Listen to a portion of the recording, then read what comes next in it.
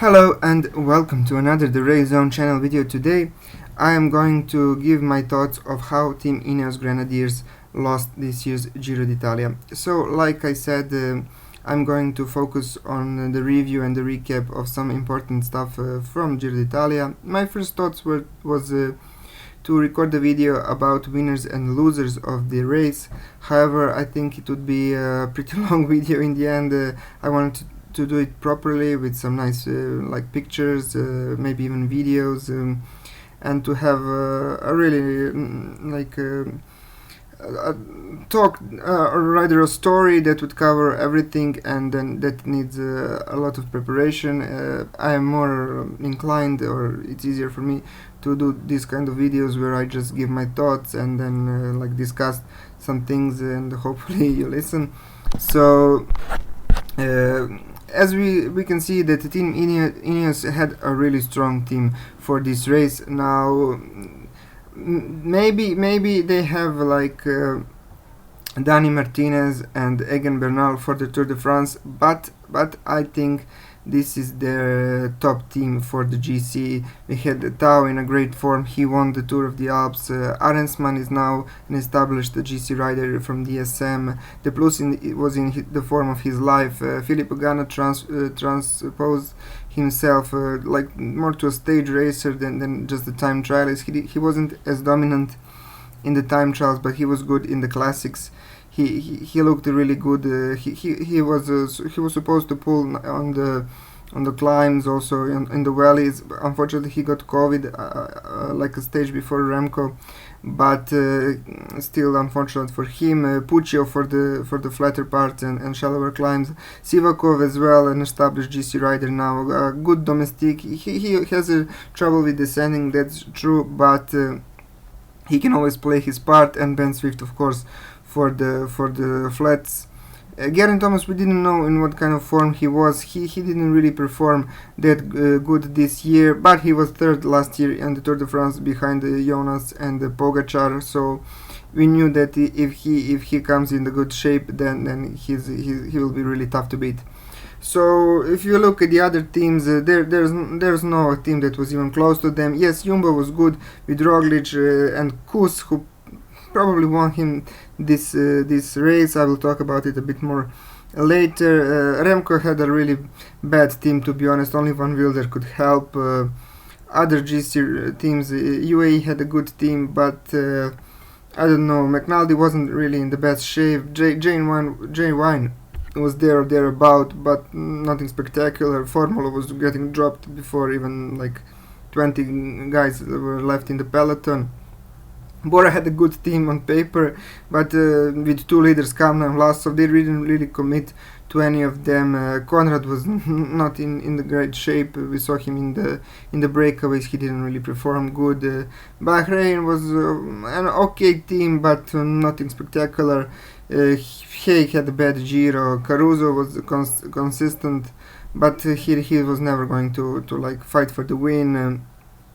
EF had a nice team as well, but like I said, INEOS were by far the strongest team, and they did a really good first week, I have to say, because if we look at the GC standings after the 9th stage and the second time trial, we can see that Thomas was second, Tao was 4th, Sivakov was 10th, Arensman was 13th, and the Plus was 14th, and 5 guys in the top 14, essentially in the top 13, because Remco got COVID the very same night.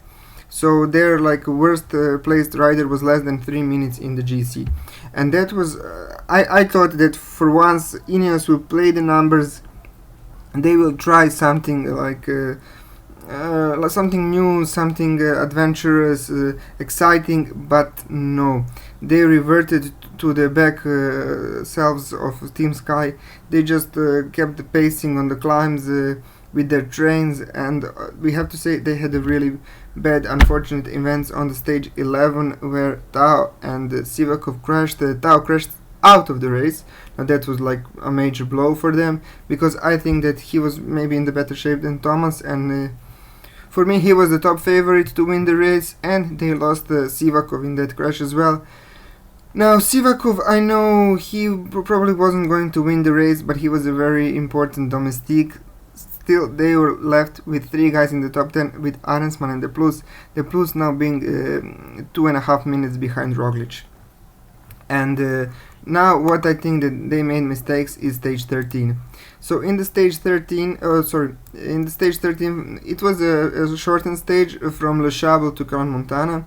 We all know that with rain and everything happening, but they didn't send anyone to the breakaway in this stage. So Arensman or the Plus, I think this was the day for them to go on the breakaway. Pino went. He is a strong guy. You can't keep Pino in the group with your domestics. Maybe Jumbo can do it with Sepp Kuss, but that's all. Kuss can do it, but then Kuss is done. Who is going to pace on the flat sections? Who's going to pace on the downhill sections? We know Roglic is not a great descender. Okay, Thomas is not a great descender as well. But you have to try. You have to send Arensman. If he doesn't go, then you send the Plus. Then you attack. Basically, Roglic was their biggest threat in this race. Almeida was also lurking from behind, but on the last time trial between Thomas and Almeida, it's maybe 50-50. Thomas is maybe a slightly more favorable to win that duel, but with Roglic, he's an Olympic champion, he's an established 3 times Vuelta champion. You have to race against Roglic. You shouldn't play like you're Roglic's domestics, and that's what they did in this stage. As we see, Roglic, Thomas, they finished together on this stage, and then the Plus and Arensman, they even lost some time. So what was the point of not trying to go in the breakout? Yes, you save the GC, you're still leading, but you have just 2 seconds in front of Roglic. This is a wasted opportunity, and your 2 guys are now even more behind Roglic. So okay, we say maybe stage 13 was too early to attack. Then we have stage 16 to Monte Bondone, and then what they do? They attack with Thomas. Yes, it was a good stage, but they did everything the same way as they do it before. They just put their guys to the front. You tire Arensman, you tire the Plus. They lose another 30 seconds to Roglic. I know they don't want to win the race with them. They just think that Thomas is going to win, but just for once think outside of the box. If one of those guys attacks, we had like really proper climbs in this stage. There was opportunity to attack. Tire Roglic's team. You see, he was helped by Kuss. Kuss even saved him some maybe 10, 15, 20 seconds. Roglic in the end won by 14 seconds. If you attack before on the earlier climbs, maybe you get Kuss in trouble. Maybe he doesn't pace on the Monte Bondone, and maybe then Thomas goes and makes a bigger advantage to Roglic. So once again, passive riding doesn't bring you anything. And then last chance, I think, was the stage 19 to Trecime di Lavaredo. Again, they just paced like it was a field day. Buitrago won this stage like easily. Even Magnus Kort was third in this stage. Roglic finished fourth. What do? You have Arensman in 8th position, losing another 20 seconds to Roglic. So he has a lot of power in his legs, for sure. The Plus was a bit more down. He was 3 minutes. But that's because he was pacing the climb. So you use your domestics as Roglic's domestics. Because after this stage, Roglic is just 26 seconds down. What did you do? You saved Maya Rosa, but you paced all day. You destroyed your ride. I mean, not destroyed, but you tired your riders for nothing. Why don't let them attack? Maybe you tire someone. Maybe Roglic doesn't have a bad day. Maybe he has to follow. We saw that Dennis, he was in awful shape. Omen, Bowman, maybe they could have catch the Plus or Arensman, but who cares? And this way you have 7 minutes behind and 5 minutes behind. So why do you have 3 guys in the top 10? Who cares about Arensman's position in the end of the stage race? No one. We know that Thomas was second. We know that Roglic won. We know that Almeida was third. No one cares about Arensman's position. Not even Arensman, I think. The Plus, I think he finished in Roma, we can say that, yes, Arensman was 10th. So 9 minutes down. It's a lot of wasted energy. For nothing. For 10th place. For INEOS, the strongest team in the race. So I think they will look into this.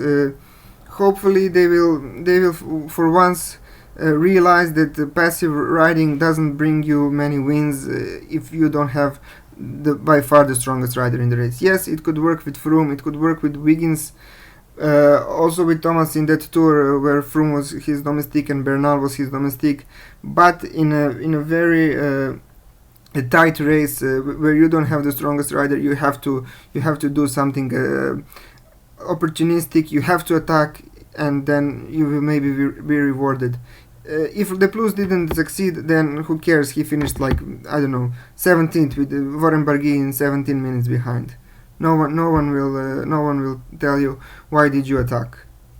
And then in the end of the day, maybe you can win the stage and the whole race with one of your guys, which I think is the point. It's not the point, let's win this race with Thomas. I think the idea should be, let's win this race if we're participating, and let's do everything we can to maximize our chances, because if the Plus and Arensman attack, then you tire Jambo, you tire Kuss, maybe you even tire Roglic. Maybe he has to follow the attacks, and then you beat him in the time trial, or maybe on some of the climbs. This way they just played like Roglic's domestiques, the same mistake Roglic did for Pogacar in that Tour de France 2020. However, you can say that Jambo didn't really have a second fiddle there. Tom Dumoulin was too far back, but I still think that they should have attacked more. So thank you all for watching. Like, share, subscribe, give me your thoughts, your insights, suggestions, anything, and hope to see you in my next video. Bye.